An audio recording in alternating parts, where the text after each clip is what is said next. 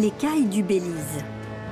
Les forêts de mangroves, les lagons et la terre, jaillissant çà et là, bordent la mer des Caraïbes.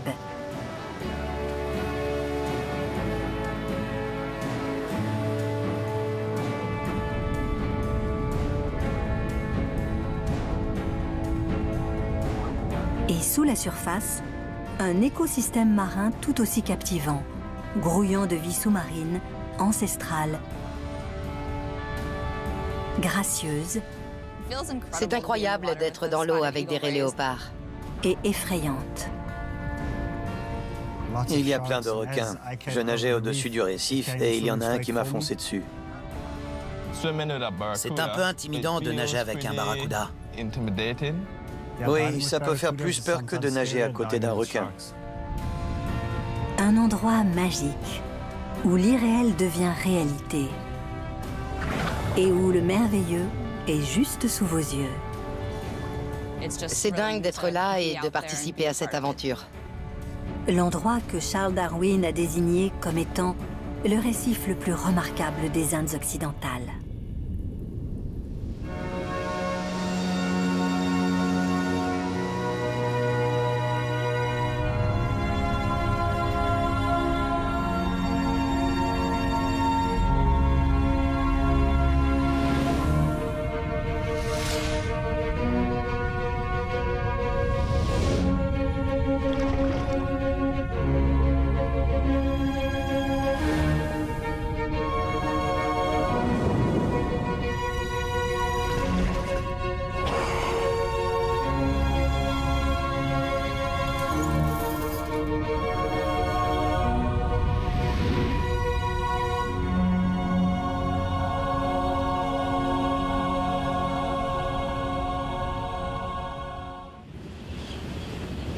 La barrière de corail du Belize.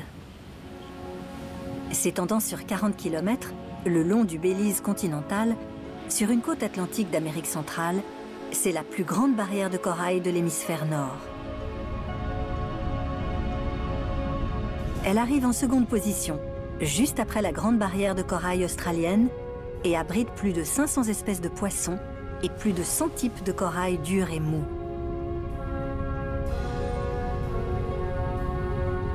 Ces coraux comptent parmi les créatures les plus fascinantes de la planète.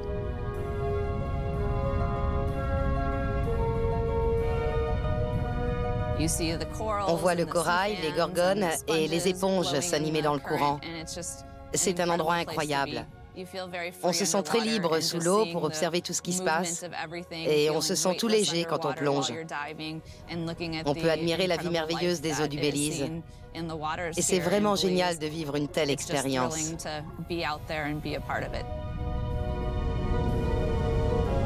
Au fil des siècles, l'éponge-tube, le corail corne d'élan et le cerveau de Neptune ont participé à établir la vie dans ce récif. On estime ces colonies en eau profonde vieilles de 4000 ans.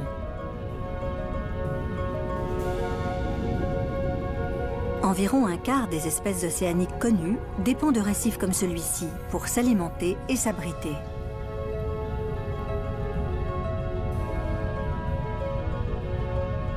Étonnamment cependant, les récifs représentent moins d'1% de l'océan.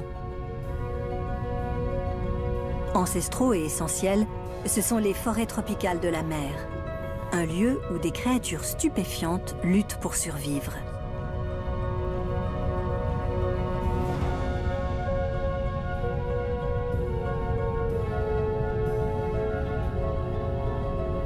Une des plus captivantes, la raie léopard.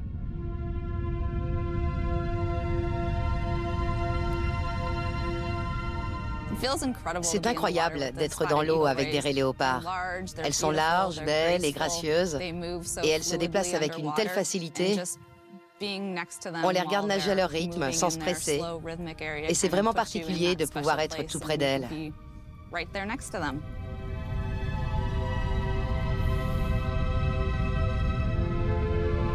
Pouvant peser jusqu'à 225 kg, ce léopard volant de la mer est loin d'être le plus grand de la famille des raies venimeuses. Mais son envergure de 3 mètres égale celle du plus grand oiseau du monde, le grand albatros.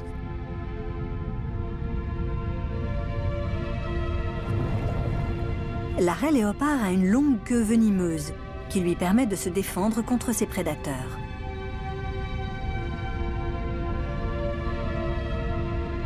Par ailleurs, elle profite de sa taille et de sa rapidité, et elle est capable de sauter hors de l'eau pour esquiver une attaque.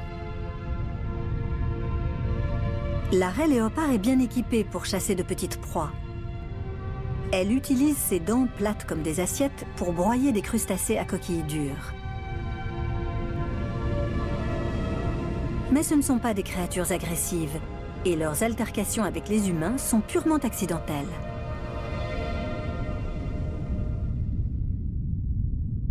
On ne peut pas en dire autant du grand barracuda.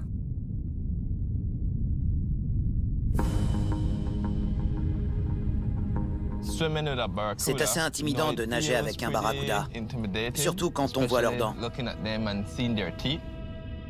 Je pense que la plupart des plongeurs sont contents de voir un barracuda. On sent la tension en eux et leur regard semble agressif. Longs de 2 mètres et pouvant peser jusqu'à 45 kg, ces prédateurs féroces sont de vrais missiles. Ils fendent l'eau parfois à 40 km/h. Ils frappent leur proie de leurs 2 rangées de dents acérées, qui leur ont bien servi les 50 millions d'années passées.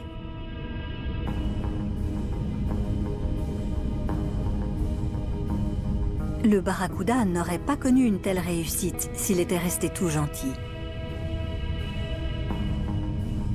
Sa réputation fascine autant qu'elle effraie les plongeurs.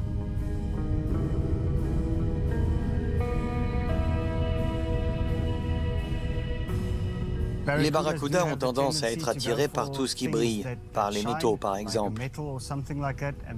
On compte de nombreux cas de personnes qui ont plongé avec des boucles d'oreilles ou des bagues de fiançailles ou autres que les barracudas ont attaqué, leur tranchant un doigt ou une oreille.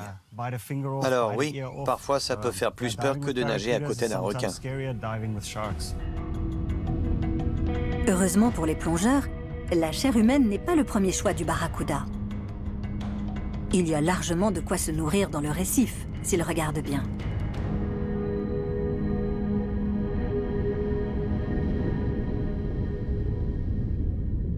Le poisson trompette est une créature étrange. Flottant, dérivant et tournoyant, il change de couleur et se confond avec le corail.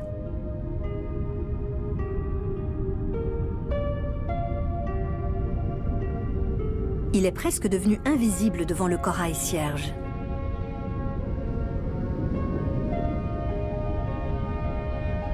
Les prédateurs ne le voient pas, et ses proies non plus. Les petits poissons trop imprudents sont aspirés sans cérémonie, le long de son museau allongé. C'est un prédateur compétent, mais il est loin d'être le seul dans ce cas par ici.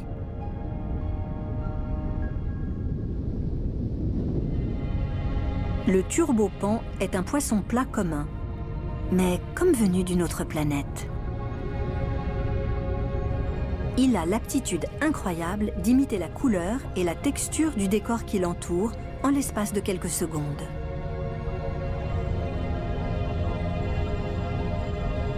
Le turbopan a une nageoire pectorale allongée qu'il utilise dans les rituels de reproduction.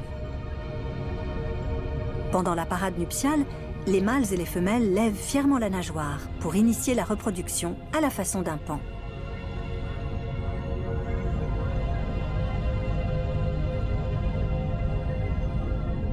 Le turbopan a évolué avec ses yeux de part et d'autre de son corps. Chacun bouge indépendamment de l'autre, accordant au turbo une vue panoramique sur l'océan au-dessus de lui. Dès qu'il entrevoit l'esquisse d'un prédateur ou d'une proie, il disparaît.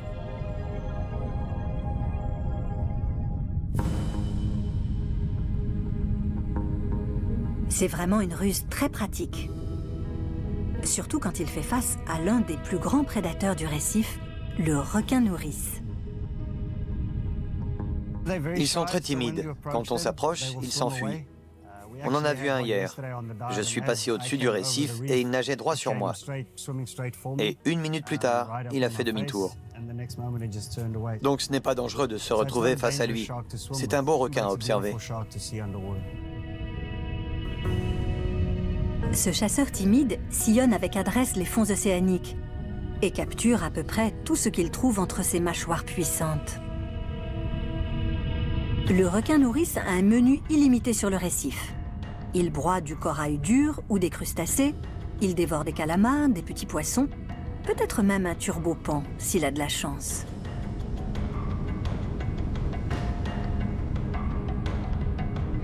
Contrairement aux turbopans, les rascasses volantes sont facilement repérables sur le récif. Elles ne sont pas censées être là, et pourtant elles sont partout.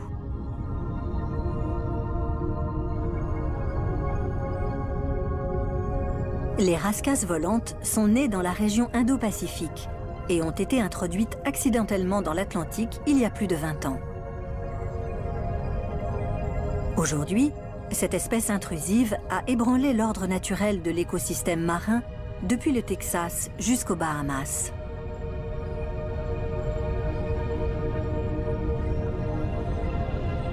Pour elle, ce récif étrange et magnifique est comme un buffet illimité, accessible 24 heures sur 24. Ici, en Atlantique, les rascasses volantes anéantissent de petites espèces, volent la nourriture d'espèces plus larges et n'ont pas de prédateurs naturels. Mais dans leur environnement d'origine, l'océan Pacifique, c'est une toute autre histoire.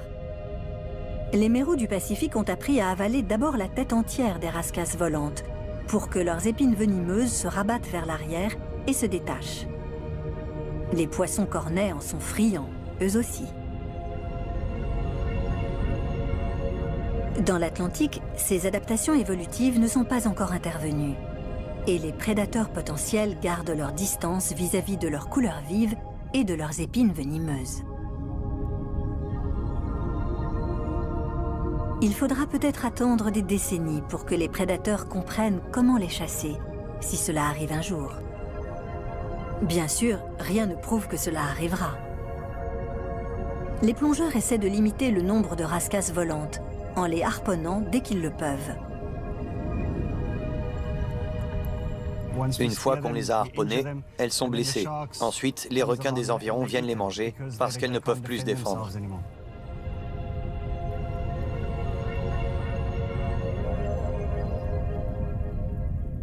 La plupart du temps, les rascasses volantes nagent vers le haut avec leurs épines dressées. Quand elles sont blessées ou qu'elles meurent, leurs épines tombent et leurs prédateurs peuvent les manger.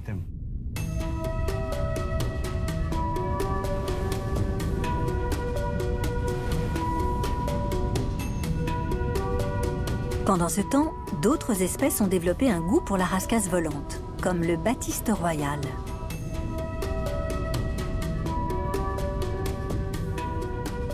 On trouve des batistes royaux partout sur le récif, entre 60-90 cm et 30 mètres de profondeur.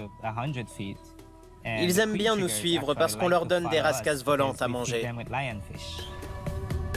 Les batistes royaux dupent leurs prédateurs en se glissant dans de petites crevasses. Ensuite, ils s'ancrent dans la pierre en y incrustant la longue épine qu'ils ont sur le dos. Ils ne bougeront pas avant que la voie ne soit libre.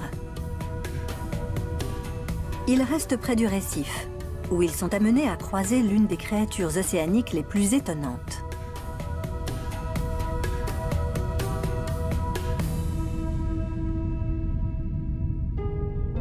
Unies pour la vie, les grandes crevettes nettoyeuses sont la plupart du temps trouvées par paires. Leurs rayures écarlates et blanches sont uniques. Leur fourrure est faite de petites épines qu'elles utilisent pour se défendre. Mais étonnamment, elles ne s'en servent que rarement.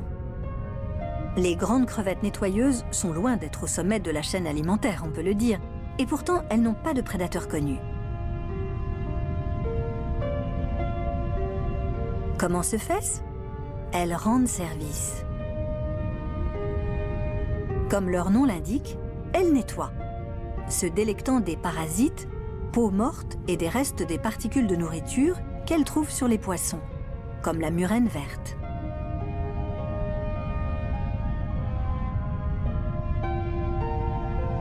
La crevette nettoyeuse fait même la promotion de ses services. Quand elle a faim, il lui arrive de danser pour se rendre visible des consommateurs potentiels.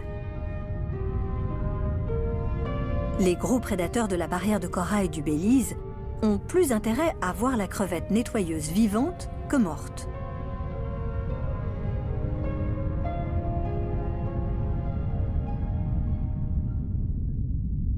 Cliente satisfaite, la murène verte est aussi un des prédateurs les plus furtifs et les plus tristement célèbres du récif. Elle se faufile de caverne en caverne, comptant sur sa couleur verte pour se fondre dans le corail et les rochers.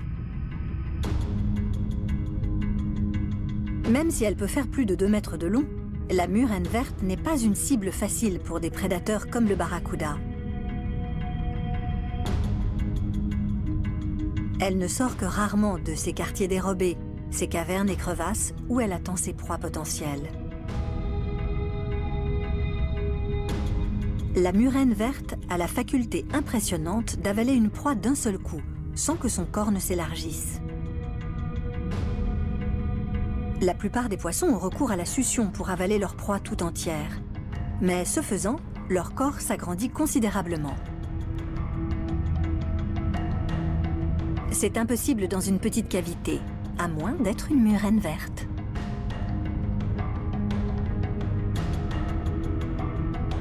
La murène saisit sa proie entre ses mâchoires et, curieusement, la proie est attirée dans sa gorge par une seconde mâchoire qui s'avance, serre et tire.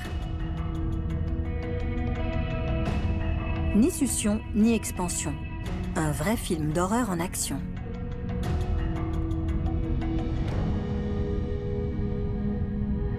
Et un scénario cauchemardesque dont la gorette jaune se passerait volontiers. Longue de seulement 18 cm, la gorette jaune se déplace en bancs immenses et magnifiques. En plus d'être admirables, ces bancs ont un but pratique. En se déplaçant en grands groupes, les poissons ont plus de chances de survivre lors d'une attaque.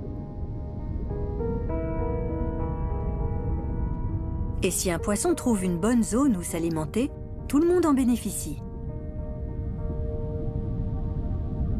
À la nuit tombée, le banc se disjoint et chacun scrute les fonds océaniques à la recherche de petits crustacés.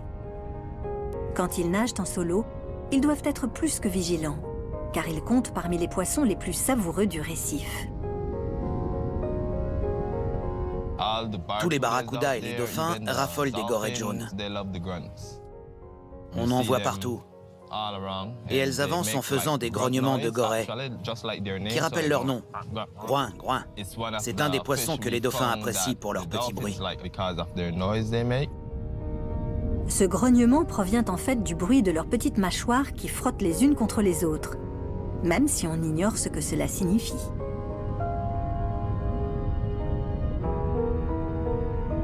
Alors qu'elle scrute les fonds océaniques pendant la nuit, la gorette jaune a des chances de croiser un autre animal qui fait du bruit, le poisson écureuil.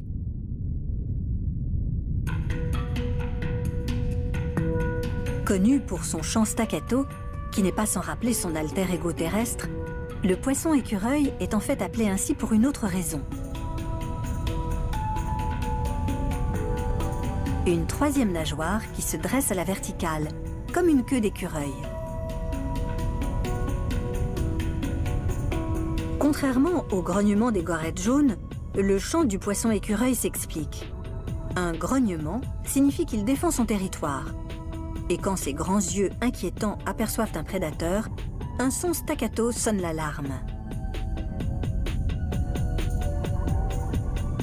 Mais tant que la voie est libre, le poisson écureuil peut se nourrir en toute tranquillité.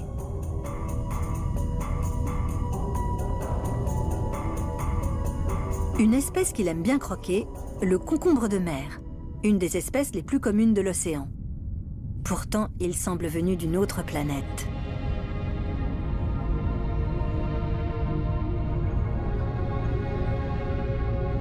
Les concombres de mer sont des échinodermes, parents des étoiles de mer et des oursins. Ils prennent toutes les formes, toutes les tailles, toutes les couleurs, de moins de 3 cm à 2 mètres de long. Le concombre de mer est souvent un mets au menu des prédateurs. Mais étonnamment, il n'est pas si facile à attraper que ça. Quand il se sent menacé, il se contracte et foudroie immédiatement son attaquant en projetant des organes internes toxiques qu'il régénérera peu après. Certaines espèces de concombres de mer sont capables de produire des fils collants pour capturer leurs ennemis. Ces mécanismes de défense remarquables peuvent fonctionner sur des poissons plus petits qui cherchent à les croquer, mais pas sur les poissons plus gros qu'eux.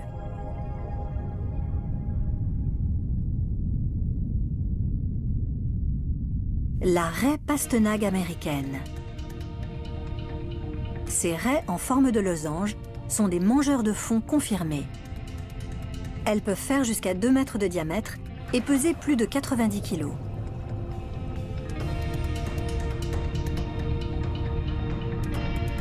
Comme la plupart des raies, elles se terrent souvent au fond de l'océan, laissant seulement leurs yeux dépasser du sable.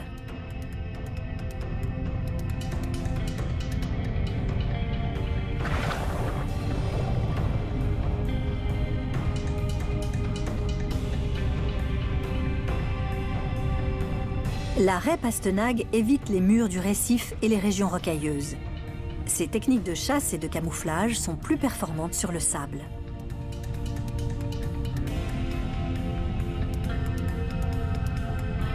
Pour localiser sa cible, elle a recours à l'odorat et au toucher, sens très développé chez elle. Mais elle a également un 6e sens, appelé l'électroréception, avec lequel elle peut détecter les courants naturels électriques qu'émettent tous les organismes vivants.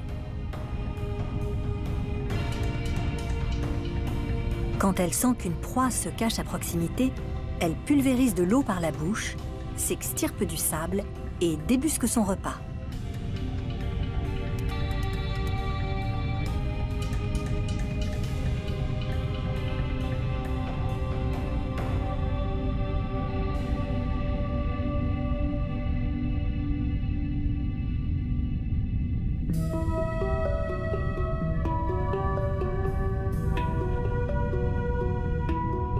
La toute petite cousine de la raie pastenague américaine est la raie pastenague jaune.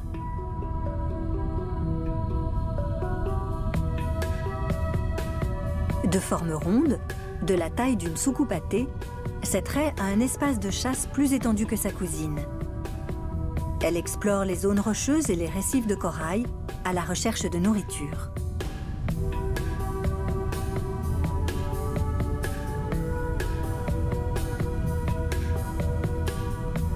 Mais c'est dans le sable qu'elle utilise sa meilleure ruse.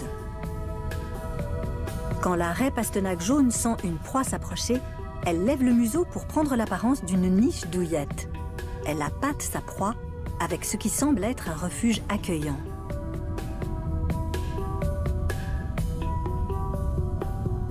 Les raies pastenagues américaines sont la proie de plus gros poissons, comme les requins-tigres.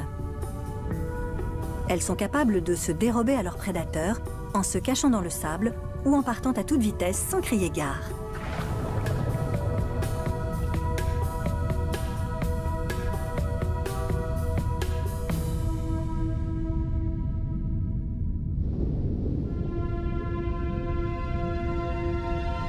Pendant ce temps, plus haut, une des créatures de l'océan les plus majestueuses, la tortue imbriquée, examine le récif à la recherche de nourriture. Parfois, elles peuvent avoir peur si vous vous arrêtez devant elles brusquement, et elles décampent. Mais en général, elles sont très accueillantes avec les plongeurs. Quand elles sont en train de manger, généralement, elles lèvent juste les yeux vers vous, l'air de dire « Oh, c'est rien, c'est qu'un plongeur ».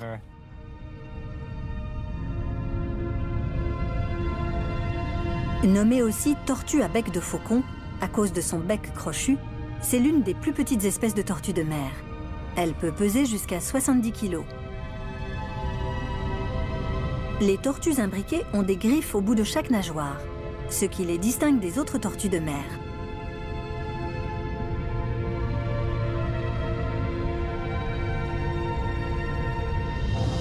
Omnivores, elles sont attirées par les récifs, comme celui du Belize.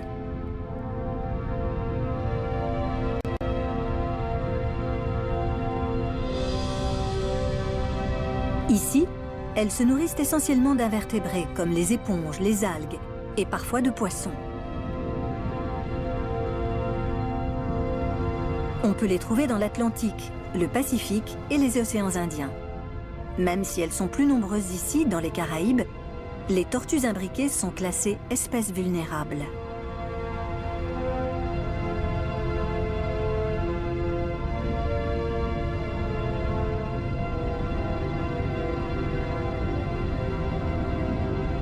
Sa belle carapace en fait une proie attirante pour les braconniers, qui profitent de la vente illégale de carapaces de tortues utilisées pour faire des bijoux et autres ornementations.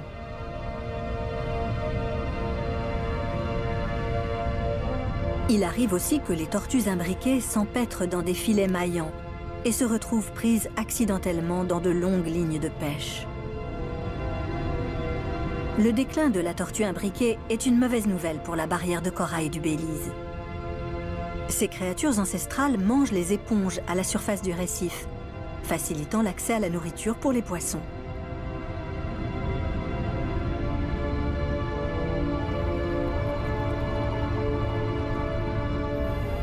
Les tortues sont également un élément important de l'industrie écotouristique du Belize. Les plongeurs ont envie de nager à côté des créatures qui sillonnent ces océans depuis 100 millions d'années. Sur le récif, les tortues imbriquées croisent souvent la route de leurs plus grosses cousines, les tortues vertes.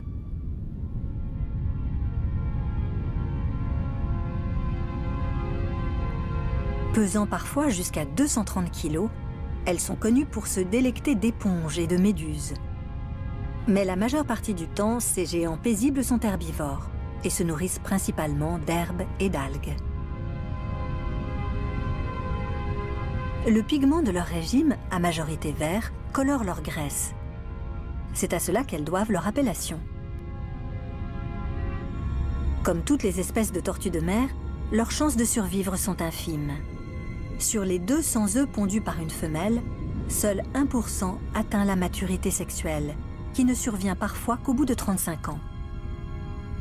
Mais les heureux élus qui y parviennent peuvent vivre 80 ans ou plus.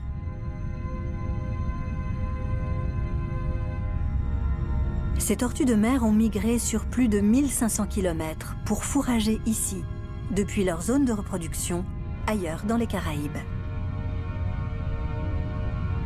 Elles vont faire des allers et retours entre ces deux points toute leur vie. Chose incroyable, tous les 2 ou 3 ans, les tortues imbriquées et les tortues vertes femelles retournent à la plage où elles ont vu le jour pour pondre leurs propres œufs. La nage longue distance est inscrite dans leur gènes. Les ancêtres de cette espèce ancestrale ont nagé par le passé côte à côte avec des créatures préhistoriques. Les tortues de mer les plus anciennes vivaient il y a environ 150 millions d'années, 85 millions d'années avant l'extinction des dinosaures. Comme les géants préhistoriques avec qui elles ont un jour partagé la planète, les tortues de mer sont des reptiles. Elles respirent de l'air, mais elles peuvent se retenir de respirer pendant des laps de temps impressionnants. Quand elle se repose ou qu'elle dort sous l'eau, la tortue de mer peut rester 4 à 7 heures sans aller à la surface. Mais ce temps se trouve réduit quand elle fourrage activement, sûrement à la recherche d'un herbier marin, tâche qui peut être ardue, surtout quand elle tombe sur un leurre.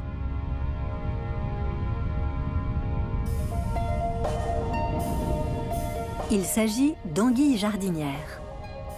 De la largeur d'une paille, elles font en moyenne 40 cm de long. Mais ces créatures se montrent bien peu aux yeux des curieux. Les anguilles jardinières utilisent leur queue dure et pointue pour s'enterrer dans le sol sableux de l'océan. Une substance sur leur peau cimente les murs du terrier pour éviter les effondrements.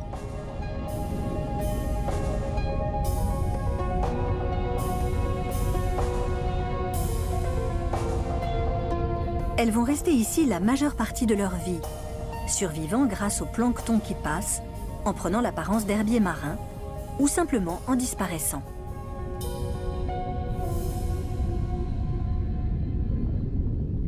On trouve aussi, abritée dans les fonds sableux, la créature du récif la plus curieuse, l'étoile coussin.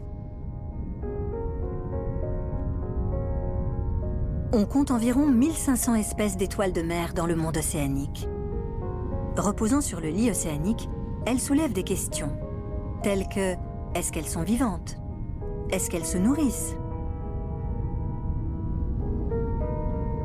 Réponse : elles sont bien vivantes et elles se nourrissent. Et elles s'adaptent remarquablement bien. L'étoile de mer pousse son estomac hors de son corps, le dépose sur le lit de corail et attend que les acides et les sucs digestifs de son estomac fissurent le corail.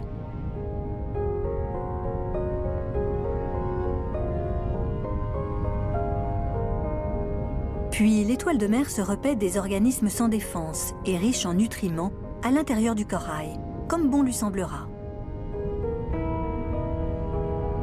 Ces créatures insidieuses, qui tuent au ralenti, menacent aussi le récif de corail. Si on les laisse faire, elles peuvent consommer de grandes quantités de corail, laissant derrière elles les traces de leur saccage.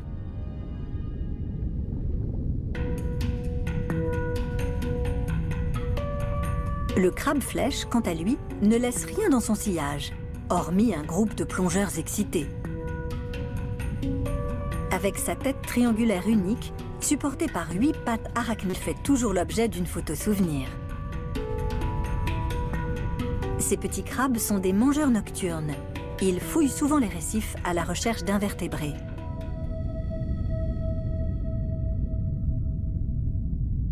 Le poisson-coffre à points blancs progresse avec agilité le long du récif.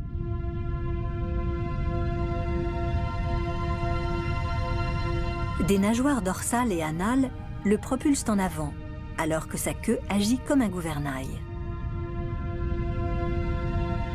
Ils ne sont pas rapides, mais ça ne les empêche pas de piéger les petites plantes et les particules animales dont ils se nourrissent. Occasionnellement, ils fouillent les fonds océaniques pour débusquer des mets cachés. S'il est attaqué par un prédateur, comme le requin nourrice, le poisson-coffre n'a pas besoin de s'enfuir.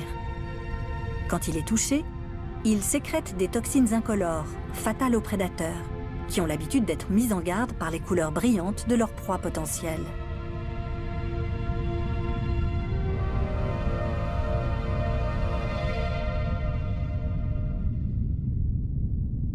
Mais les acteurs colorés de la barrière de corail du Belize ne bénéficient pas tous d'une telle protection. Le poisson-perroquet feu ne dispose pas de cet atout pour se défendre contre les prédateurs, comme les murènes. Cependant, il est rapide et sort et ressort dans les crevasses et les trous du récif avec agilité.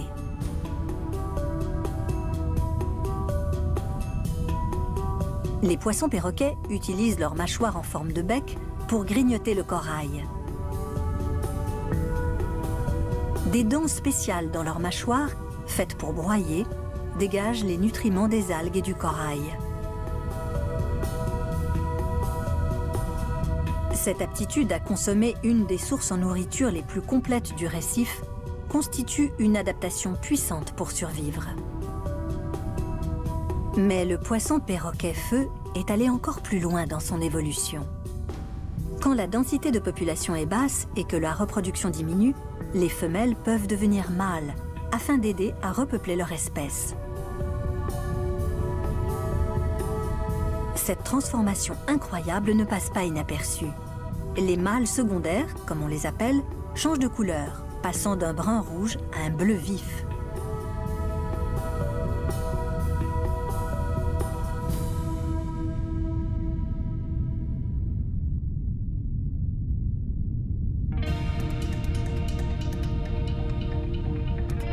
Ici, sur la barrière de corail du Belize et sur les récifs de par le monde, des créatures scintillantes glissent avec légèreté le long du corail rocheux. Ce sont des poissons-anges. Comme la plupart de leurs cousins d'eau salée, les poissons-anges français peuvent atteindre 60 cm de long et un poids de 2 kg. Ils se nourrissent d'éponges, d'algues et d'invertébrés.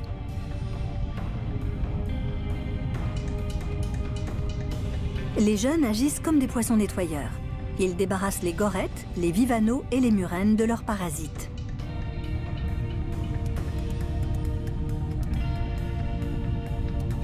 Mais un des aspects les plus remarquables de cette espèce est leur structure sociale monogame. Les poissons-anges, comme les poissons-anges gris, restent fidèles à leurs partenaires. Cette union les pousse à s'inquiéter de leurs petits et à défendre leur territoire contre des concurrents. Mais quand il s'agit de se défendre contre un requin à pointe noire, c'est une autre histoire.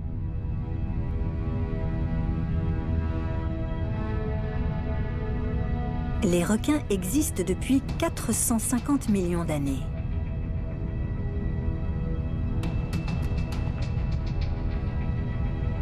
Les requins à pointe noire ne sont pas des géants, et ils sont bien loin des requins préhistoriques monstrueux qui les auraient supposément précédés. Malgré tout, ce sont de vrais chefs-d'œuvre de l'évolution.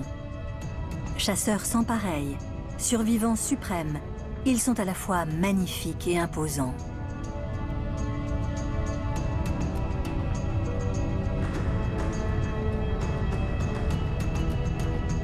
Pour les plongeurs, se retrouver face à face avec ces chasseurs ancestraux donne une poussée d'adrénaline incomparable. Mon lieu de plongée favori, c'est le Grand Trou Bleu. Là-bas, il y a un site appelé le terrain de jeu. On peut y voir plein de requins. Des requins pointe blanche, des requins à pointe noire. C'est dingue de descendre là et de se retrouver à environ 20 mètres de profondeur, entouré de requins du début à la fin de la plongée.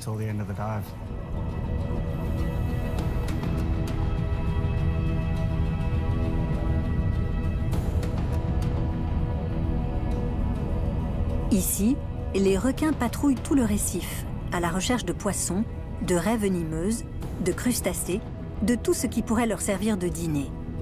Leurs sens affûtés les aident dans leur traque.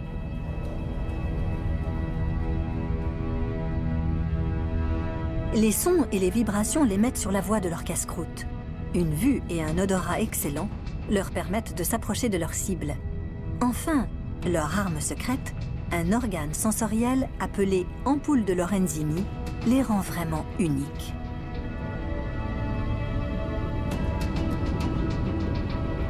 Tous les organismes vivants émettent une charge électrique à peine perceptible. Les requins ont la capacité impressionnante de détecter ces charges. Même sans voir, sentir, entendre, goûter ou toucher leur proie, ils savent où elle est et ils peuvent révéler sa position exacte. Des rangées multiples de dents les aident à dévorer leur proie. Parfois, la chasse ne repose plus sur les sens, mais simplement sur la vitesse.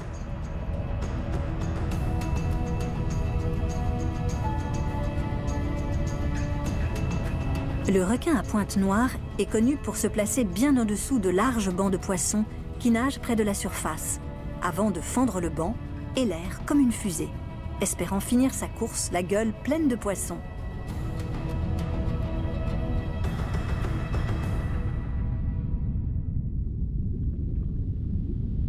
Les poissons, comme ces carangues gros yeux, sont appelés ainsi en raison de leurs grands yeux de chevaux.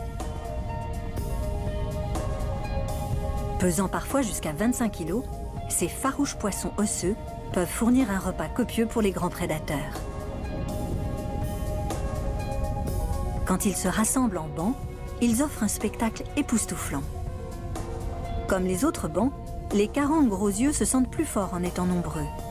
Si l'un d'eux voit de la nourriture, tout le monde en profite.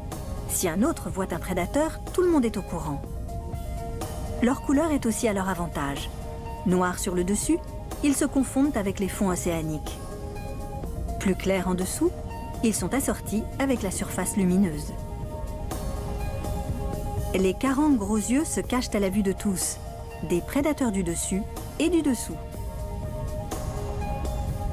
Mais les 40 gros yeux ne sont pas les seuls poissons à nager en banc sur la barrière de corail du Belize. Le chirurgien bleu. Ses nageoires et ses écailles reflètent la lumière dans des teintes de bleu infini.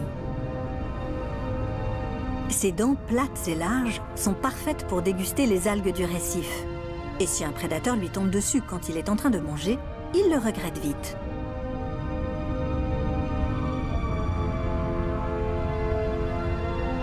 Deux épines aiguisées de chaque côté de sa queue se dressent immédiatement quand le chirurgien bleu se sent menacé.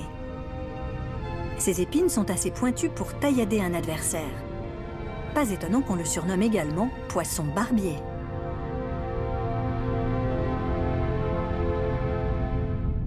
Certains poissons du récif ne ressemblent pas à des poissons. Le poisson lézard ne prend pas de risque quand il croise un plongeur un peu trop intrusif.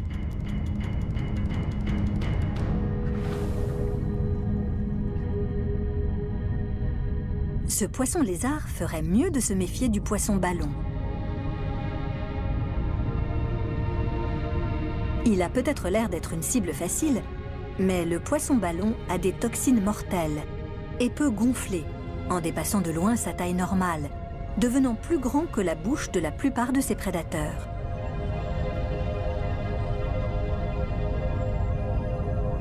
La tétrodotoxine du poisson ballon est 1200 fois plus venimeuse que le cyanure. Certains poissons ballons ont suffisamment de toxines dans leur corps pour tuer 30 humains adultes. Mais les plongeurs risquent plus d'être tués par un de ces poissons dans un restaurant qu'en plongée. Les poissons ballons constituent un mets d'exception au Japon. Des chefs diplômés les préparent spécialement pour leur retirer leurs toxines.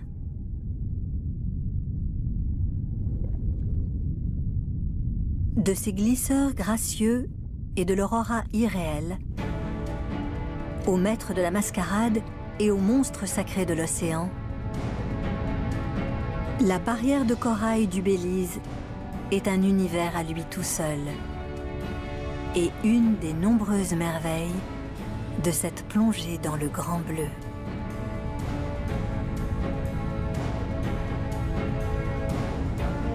On peut voir des requins et des tortues ici.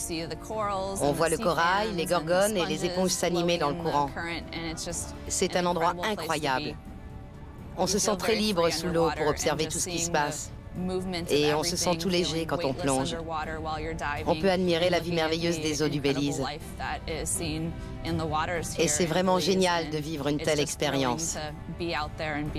Avoir toute cette nature à portée de main, c'est un sentiment merveilleux.